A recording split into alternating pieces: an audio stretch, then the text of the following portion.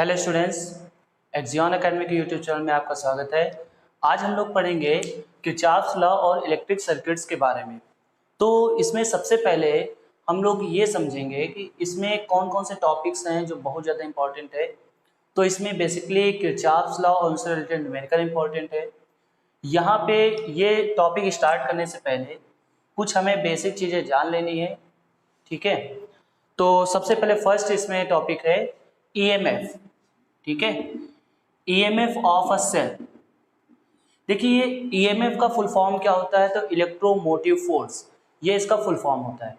कि भी किसी भी सेल का जो ईएमएफ होता है ये क्या डिफाइन करता है, तो देखिए किसी भी सेल का जो ईएमएफ होता है वो ये डिफाइन करता है कि अगर वो सेल यूनिट चार्ज को पूरे सर्किट में से फ्लो कराना चाहता है, मीन्स टू से कि सपोज दैट मान लिया कि ये एक सेल है और स्मॉल r इसका रेजिस्टेंस है, E इसका ईएमएफ है और ये किसी एक्सटर्नल रेजिस्टेंस R से कनेक्ट है, ठीक है, R से कनेक्ट है।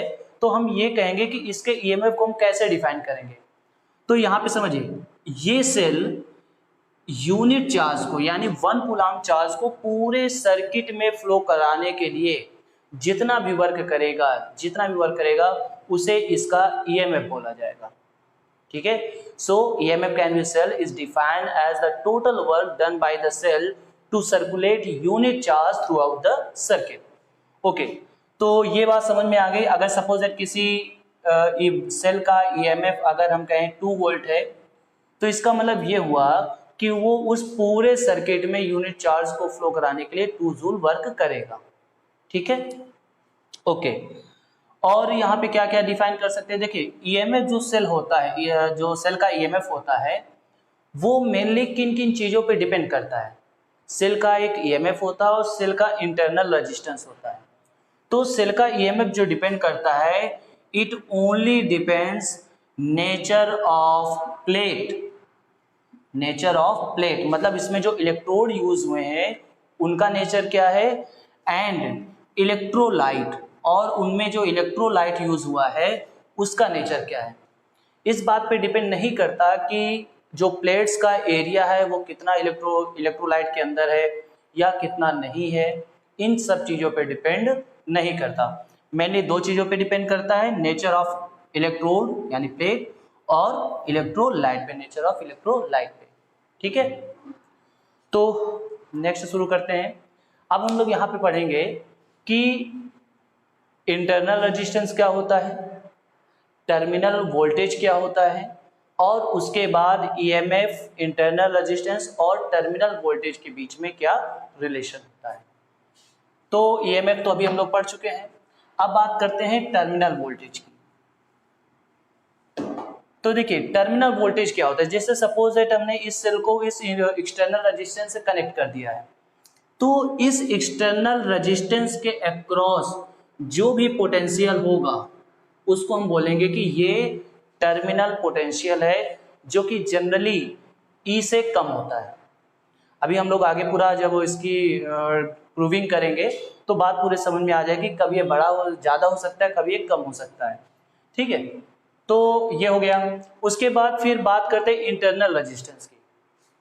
सो इंटरनल रेजिस्टेंस क्या होता है, जैसे एक वायर का अपना खुद का एक रेजिस्टेंस होता है, मीन्स जब भी करंट किसी वायर में से फ्लो होती है तो वायर एक रेजिस्टेंस प्रोवाइड करता है।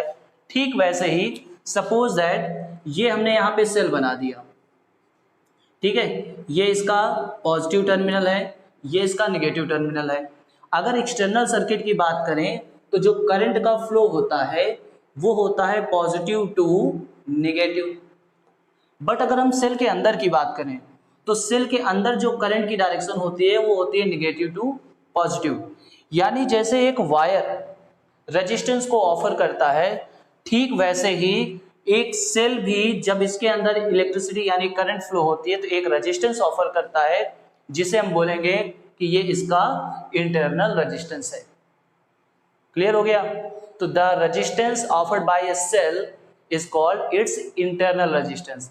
बट यहाँ पे थोड़ा सा चेंज है, समझिए ये जो एक्सटर्नल रेजिस्टेंस होता है ये फिक्स होता है, इसकी वैल्यू चेंज नहीं होती, लेकिन ये जो इंटरनल रेजिस्टेंस होता है इसकी वैल्यू चेंज होती रहती है, इसकी वैल्यू बढ़ती रहती है, और ये कई सारे फैक्टर्स पर भी डिपेंड करती है। क्लियर है? जो इंटरनल रेजिस्टेंस, किसी भी सेल का जो इंटरनल रेजिस्टेंस होता है, ये कई सारे फैक्टर्स पे डिपेंड करती है। जैसे कि पहला फैक्टर क्या है, इलेक्ट्रोलाइट का नेचर क्या है। दूसरा फैक्टर, जो इलेक्ट्रोड्स हैं वो किस नेचर के हैं, उनका नेचर क्या है। थर्ड थिंग कि जो इलेक्ट्रोड हैं वो कितने डूबे हुए हैं इलेक्ट्रोलाइट में, इन पर भी डिपेंड करता है। और जैसे जैसे ये यूज होते जाते हैं वैसे वैसे इनका रेजिस्टेंस और बढ़ता चला जाता है। तो आई होप आपको इंटरनल रेजिस्टेंस समझ में आ गया होगा, टर्मिनल वोल्टेज समझ में आ गया होगा, ईएमएफ समझ में आ गया होगा। अब हम इन तीनों के बीच में रिलेशन को फाइंड करेंगे। सो नाउ यहाँ पे हम लोग क्या करेंगे, सबसे पहले कंसीडर करेंगे कि there is a cell, consider a cell of EMF capital E and internal resistance small R. Now this cell is connected to a external resistance having resistance capital R. ये चीजें हम लोग शुरुआत में मान लेंगे।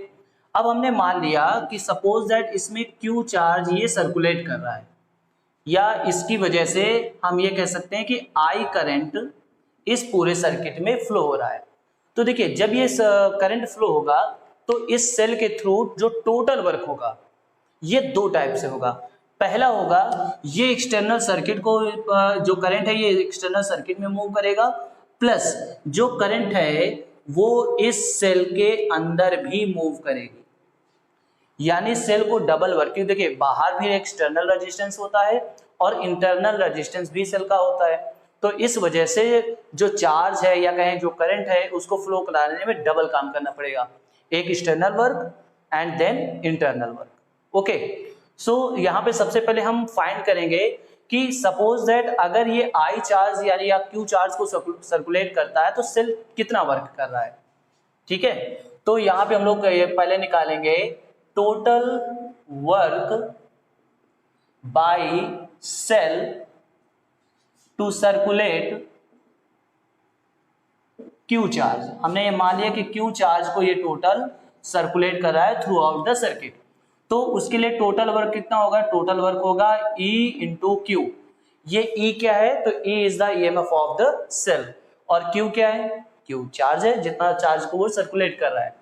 क्योंकि बेसिकली करंट क्या होता है, current is the flow of charge, यानी जब चार्ज फ्लो होंगे तभी तो करंट फ्लो होगा।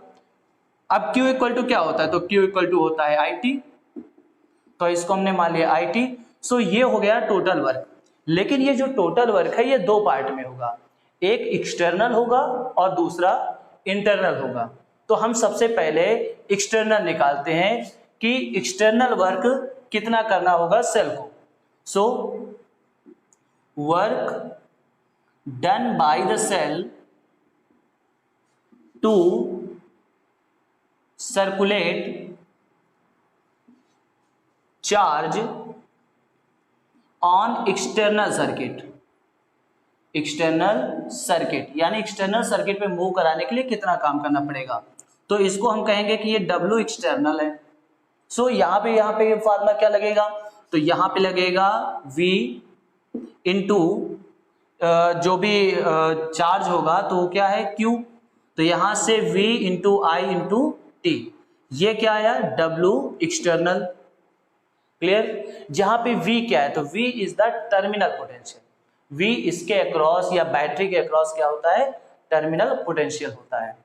उसके बाद अब हम यहाँ पे सिमिलरली या ये कहें कि जब when the current flows inside the cell, inside the cell, यानी जब ये इस सेल के अंदर करंट फ्लो करेगा तो इसको कितना वर्क करना पड़ेगा। तो यहां से हम अगर हम W इंटरनल निकालें तो लेट्स से कि इसके अंदर जो इसका पोटेंशियल है, क्योंकि कहीं ना कहीं वो ड्रॉप हो गया होगा, जब चार्ज इधर से सर्कुलेट होके आएगा तो कहीं ना कहीं पोटेंशियल ड्रॉप हुआ होगा। तो लेट्स से कि इसके अंदर पोटेंशियल कितना है, V dash Q। So V equal to क्या होता है, V इक्वल टू होता है IR और इंटू में Q, और Q इक्वल टू क्या होता है, IT होता है। तो हम ये कह सकते हैं I square R into T, जहां पे R क्या होता है, तो R is the internal resistance of the cell. Clear हो गया? सो टोटल वर्क क्या होगा, टोटल वर्क हम यहाँ पे लिखेंगे WT equals to W external plus W internal. So WT कितना है total, EIT equal to W external, तो W एक्सटर्नल कितना है VIT plus I square small r into T. Clear है, EIT equal to VIT plus I square R T. तो देखिए यहां से IT कॉमन होके कट जाएगा तो क्या आएगा E equal to V plus I R, तो यहां से V इक्वल टू क्या आ जाएगा E minus I R. So ये फाइनल रिलेशन है between terminal potential, EMF of the cell and internal resistance. अब यहाँ पे क्या होता है, कुछ केसेस बनते हैं। वो केसेस कौन से हैं, अगर हम मान लें कि करंट जीरो हो जाए, suppose we consider I equals zero, तो बताइए अगर I इक्वल्स जीरो होगा, ये मान के चल रहे कि इफ I इक्वल्स जीरो, तो बताइए अगर I इक्वल्स जीरो होगा तो क्या होगा V इक्वल्स E, यानी इस केस में टर्मिनल पोटेंशियल और EMF of the potential same हो जाएगा। क्लियर है, EMF of the potential same हो जाएगा। लेकिन बात ध्यान समझिए, ये कंडीशन हमने तब ली है जब ये सेल डिस्चार्ज हो रहा है, ये चार्ज नहीं हो रहा है। ठीक है, तो अगर ये चार्ज हो रहा होगा तो सिंपल सी बात है करंट की डायरेक्शन अपोजिट हो जाएगी। अभी ये करंट दे रहा था बट चार्जिंग में ये करंट लेने लगेगा। तो इन केस अगर सेल चार्ज हो रहा होगा, ठीक, इफ सेल्स या सेल आर चार्जिंग, यानी अगर सेल चार्ज हो रहा है तो उस केस में V equal to E plus I R होगा। ठीक है, तो ये रिलेशन था, आई होप आपको समझ में आएगा। किया क्या हम लोगों ने, सबसे पहले हम ये निकाला कि सेल कितना काम करेगा, तो टोटल वर्क तो इतना करेगा, और टोटल वर्क दो पार्ट्स में डिवाइड हो जाएगा, एक्सटर्नल और इंटरनल। एक्सटर्नल में ये इतना वर्क करेगा, इंटरनल में ये इतना वर्क करेगा, और दो जो टोटल वर्क है वो एक्सटर्नल प्लस इंटरनल के इक्वल कर देंगे, सो प्रूफ हो जाएगा। तो ये यहाँ पे निकला है टर्मिनल पोटेंशियल, EMF और इंटरनल रेजिस्टेंस के बीच में रिलेशन। अब अगर मान लिया जाए इंटरनल रेजिस्टेंस के बारे में हमसे कहा जाए, तो बताइए, देखिए यहाँ पे फार्मूला क्या डिराइव हुआ, V equal to E minus I R. तो यहाँ से आई आर इक्वल टू कितना आएगा, E माइनस V। सो R इक्वल्स हो जाएगा E minus V upon small I. Now we know that V equals IR, that means I equals to V upon R। तो हम यहाँ पे ये वैल्यू जब पुट करेंगे तो यहाँ से हमें मिलेगा R equal to E minus V upon I की जगह पे क्या पुट करना है, V upon R। So V upon R यहाँ मल्टीप्लाई में आ जाएगा, तो यहाँ से एक नया फार्मूला जनरेट हुआ, E upon V minus 1 into R। This is the formula for internal resistance of a cell. Whenever we need to find the internal resistance of the cell while EMF and terminal potential is given, so we will use this formula to find internal resistance। Clear है? अब अगर ये भी आपसे कहा जाता है कि भाई ऐसा है कि करंट भी बताओ कि कितनी करंट फ्लो होगी, तो इसी के आगे हम लोग फार्मूले को डिराइव भी कर लेंगे। तो पहला फार्मूला कौन सा मिला था हमें, पहला फार्मूला ये मिला था टर्मिनल पोटेंशियल क्या, दूसरा फार्मूला कौन सा मिला, ये इंटरनल रेजिस्टेंस का। अब हम लोग क्या निकालेंगे, करंट का। तो करंट का बहुत ज्यादा इजी है, समझिए। V इक्वल्स क्या होता है, IR। सो अगर हम इसको लिखना चाहें तो V equals IR equal to E minus IR। इसको इधर कर देंगे तो IR plus IR equal to E। So I common आ जाएगा, capital R plus small r equals E। तो यहां से I इक्वल टू आ जाएगा E upon R plus small r।